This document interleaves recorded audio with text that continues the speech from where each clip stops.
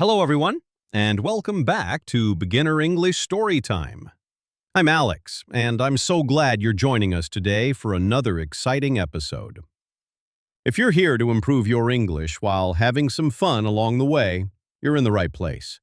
And today, we've got something really special for you. Hey, it's Zoe here. And today, we're diving into a topic that could literally change the way you look at your entire life. We're talking about how changing your habits can completely transform your future. Right? We all know that feeling of setting these massive goals. I'm going to wake up at 5 a.m., meditate, eat healthy, work out, learn English, and save the planet. It sounds great on day one, doesn't it? But by day 3, you're hitting snooze on your alarm.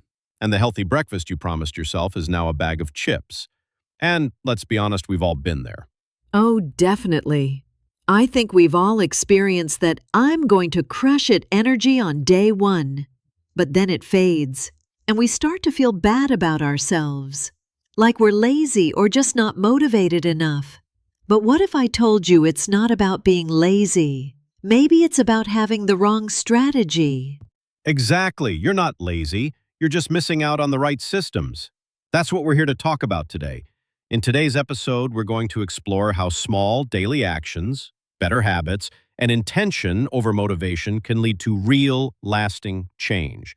This isn't about extreme measures. It's about consistency and finding the balance that works for you. And for those of you who feel like you're stuck in a cycle of starting and stopping, don't worry. We've all been there. Today, we're going to help you break that cycle and build habits that stick. No more guilt. No more pressure to be perfect. Just real, sustainable change. So, grab a cup of coffee or tea, get comfortable, and let's dive into how changing your habits can change your life. It's not going to happen overnight, but every small step counts. Let's start by breaking down this idea of motivation and why it's not enough to rely on. Ooh, this is going to be a spicy topic. Willpower and motivation. They're nice at first, but they're like sugar. They give you a quick high, but they don't last. You've probably had days where you felt super motivated, like you were ready to tackle the world, right? Totally. You wake up, think, today's the day I'm going to crush it. I'm going to work out, meditate, read, learn English. Nothing can stop me. But by the end of the day, you realize you've just spent an hour scrolling through Instagram, eating cookies, and wondering where your charger is. Right? And here's the thing. Willpower feels amazing on day 1, but the real problem is that it fades quickly. So what happens when that motivation disappears? Well, you fall back into old habits, and that's why many of us give up on our goals. We don't build systems that can survive the times when motivation dips. Exactly. Motivation is like that one friend who hypes you up at a party and then disappears when it's time to clean up. You can't build a sustainable life around that. What you need is a plan. You need a system that works when your mood doesn't. And that's where the magic happens. It's not about doing harder things. It's about doing them more consistently.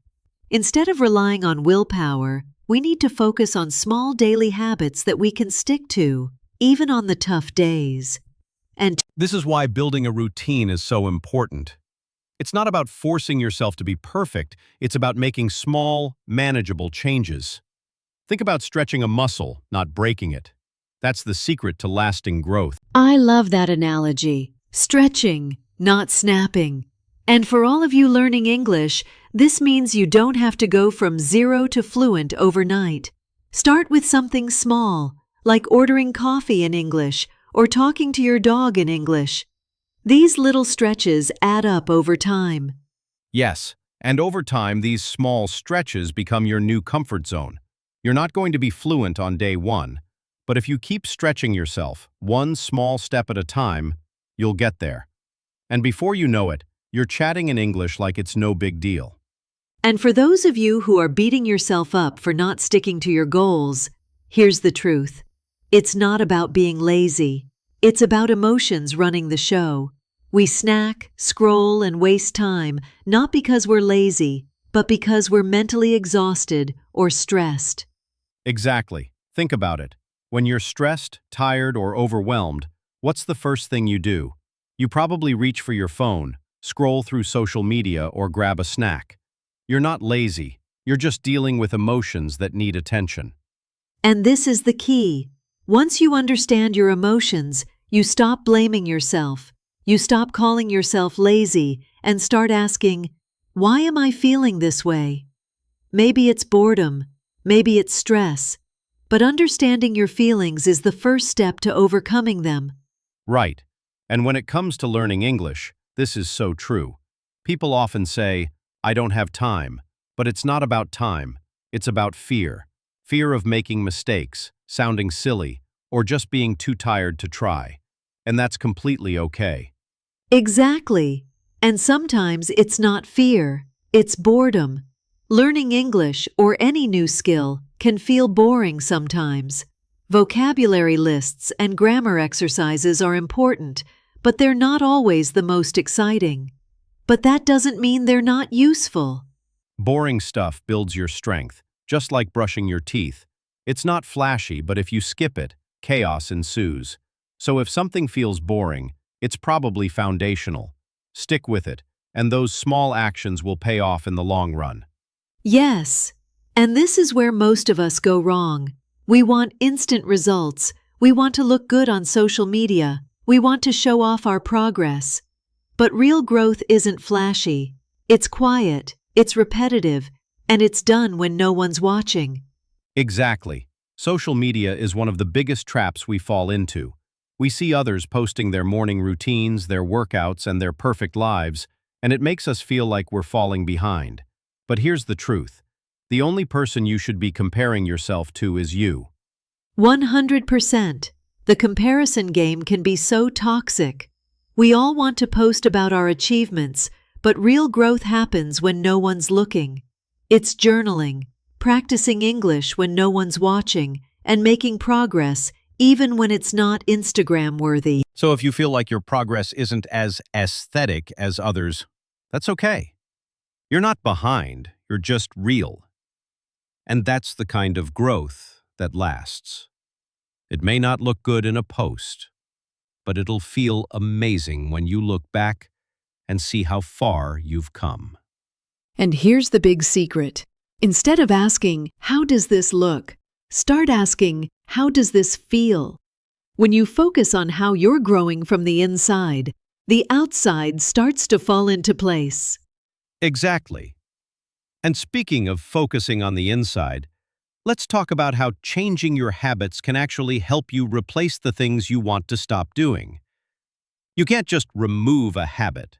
You need to replace it with something better. Yes, you don't just say, I'm going to stop eating sugar. Instead, you replace it with something healthier, like a fruit smoothie. Or with learning English, don't say, I'm going to stop wasting time. Instead, make a challenge for yourself like, every time I reach for my phone, I'll write one English sentence. This is so key. If you don't replace the bad habit with something better, your brain will just go back to what's easy. So be kind to yourself. Replace the old habits with new, healthier ones. And before you know it, your life will be filled with positive changes. And don't forget, your environment plays a huge role in shaping your habits. If your space is cluttered, your phone keeps buzzing, or your energy is low, it's going to be much harder to stay on track. So true. It's like trying to meditate in the middle of a crowded dance floor. It's just not going to work. But if you put your book in a place where your phone usually is, or set your homepage to an English learning site instead of YouTube, those little tweaks make a huge difference. Yes, when your environment supports your goals, you don't have to fight so hard. And even on the tough days, when you don't feel like showing up, you have a support system that's built into your routine. And if you don't have a support system yet, here's what I suggest. Be your own champion. Be the one who roots for yourself when things get tough, because sometimes the best support comes from within. Absolutely. And remember, healing and growth don't start with perfection, they start with play. So go ahead, try something new, mess it up, laugh at yourself, and try again. That's real growth too. Well said, Zoe. When growth feels playful, you actually want to show up the next day. And that's how transformation becomes a lifestyle, not a punishment. Exactly. So take life seriously, but don't take yourself too seriously. Keep growing, keep changing, and most importantly, keep being real with yourself. You've got this. And with that, we wrap up today's episode. Until next time, keep stretching your comfort zone. No pressure, just progress. We'll catch you in the next one.